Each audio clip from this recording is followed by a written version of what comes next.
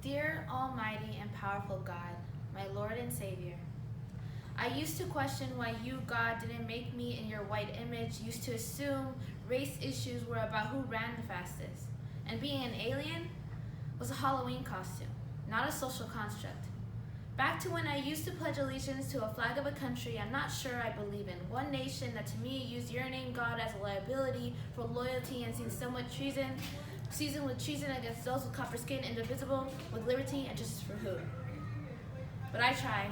I tried so hard not to judge because I didn't choose my ethnicity either. You see, my mother is Spaniard, with skin white enough to get red in the sun. My father is Chicano, with skin 2 tones darker than his own. The first language I spoke was Spanish. My family's tongue was a gift which I had quickly forgotten after realizing my peers did not understand it. So I rejected the very culture that gave birth to me, much preferring to be called American over Mexican. Hated you, God, for being the only child of my family born with cinnamon skin. How quickly we tend to forget where we come from. Please forgive me, God, for my sins, but I was easier to destroy something that I didn't completely understand than it was to embrace it. Deeply concerned with the Americanization of my culture like a puzzle piece that didn't exactly fit. I curved my edges and burnt my sides to fit the mold, and even then, there was empty space. It wasn't until the 6th grade that I had grown tired of always having to explain my split tongue, always having to explain where my blood comes from, always exhausted of having to explain this almost dark skin, this almost curly hair, as if my ethnicity came with the rule book, and eventually the questions and assumptions wrote themselves into a history lesson. Constantly asking questions like, you know Spanish? Are you Spanish? Are you Mexican? You look kind of Hawaiian. Maybe you're Asian. There's no way you're full Mexican, right? As if the shape of my face and the way my tongue curled around a certain word taught you the difference of DNA. Then I came to the realization that I am a walking reminder. A reminder that I come from the same blood of the Aztecs, the Mayans, the Incas. I know I come from the children of slaves and slave masters, both native and abroad. Yo soy mexicana. I may have brown skin, but that does not mean that I am any different from those who look down upon me, for I am human. Born with a heart, a brain, a conscience, and a soul, living out my ancestors' dream along with my own. We are humans and should be treated as so. And yet, we check off a box labeled Hispanic, as if our story can be squished into a quadrilateral on white paper. And our people become folded in $2 Crunch Supreme at Taco Bell. If only it were that easy. Easy.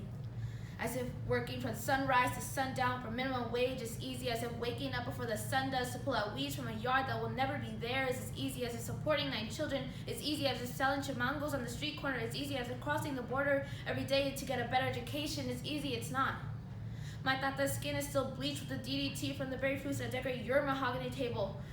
His pants still stained with the paint from your white picket fences. He came here to the United States to live the American dream. El sueño americano. The American dream.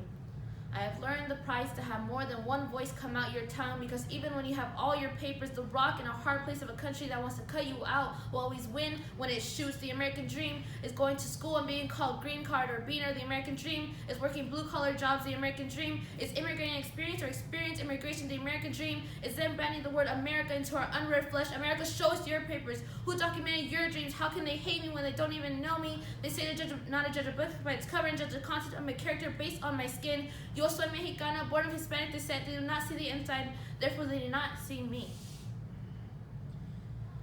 There's a lesson that I have learned with experience, that the deeper the melanin, the deeper the injustice. But why, if the only difference between white and brown are a couple of shades darker? So this is for the poem. This poem is for the sour mouth that spits stupid sayings like, this is America, and we speak American in America. Escúchame bien, even my 17-year-old non-English speaking nana would tell you that American is not a language any more than it is becoming a misused title abused by people like you to try to justify ignorance. So no, I will not swallow your spiteful words into silence. My heritage, my culture, fills my veins and rolls through my tongue and rolls through my R's. You want to build a wall? No, my tongue says screw your wall. My tongue doesn't believe in boundaries or borders. It colors outside the box, sprinkles a little bit of Spanish in my English, maybe a little English in my Spanish. I will remain unapologetic of the unpredictability of my language choice if it makes you uncomfortable. And I suggest you keep your whitewash out of everyone else's vibrancy, because I assure you, we have a song in our chest so loud that not even today's presidency could silence it, and we have a dream so big as some Cheeto man can only dream of grasping so. They may come for our homes, or our cars, or anything else we may own, but they can never take away our voice, or a drive to succeed. Just because I'm not a DreamAct student does not mean that I'm not a dreamer. We internalize racism, we protest racism and practice it like religion, and yet we fail to understand each other. God, can't you hear me? I'm crying out for your guidance. Give me your sign, God, I'll wait, but these legs and shoulders growing too tired to carry the weight of this hatred, this racism. They tell me to go back home, God. And they aren't talking about the one with safe walls, but they're talking about one on the other side of a wall on a foreign land they wish they could deport me to. If you really exist, then why is there tragedy wherever my people are at? When we're the main ones in the churches. Hallowed be thy name, thy kingdom come. What kind of king claims to love his kingdom and kisses his kids with this invaluable breath and turns his back on them, allowing evil to steal, kill, and destroy? Give us this day our daily bread. Ask the kid whose parents got deported what that parent means to him. Trust me, I've never been one for praying, except when someone is dying or crying, so I write. Writing my feelings if it was a Bible verse like poetry, hoping you may hear me. I'm bicultural, not assimilated. Why can't they see that I didn't choose the skin I was born with? They act like being Mexican is a crime, and I try so hard.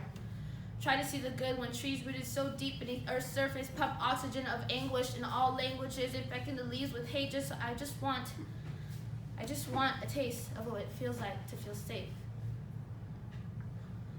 But I'm finding the power in Chicana and Chingona. Soy Mexicana, and I am proud of it. This morning, I woke up and reminded myself that my soul is beautiful, that my mind is powerful, and that my heart is made of freaking gold. The very water in me is the same liquid that beats rocks to rubble. The same air I breathe fuels forest fires, and I remember that diamonds are only made of carbon.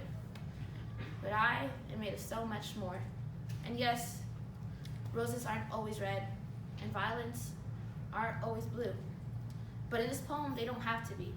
And I don't know much, but I do know that sometimes the sun shines on both sides of a border, like a warm hug and peace. Because in this poem right now, you and I are carrying the heartbeats of a million people, the yearning, raging stories of those we have lost to injustice. Because in this poem, I am bearing my throat to you, and I know you will listen to me with empathy. Yo soy Mexicana, born from the blood of those who helped justice speak. Yo soy Mexicana, and my tongue isn't something to be underestimated.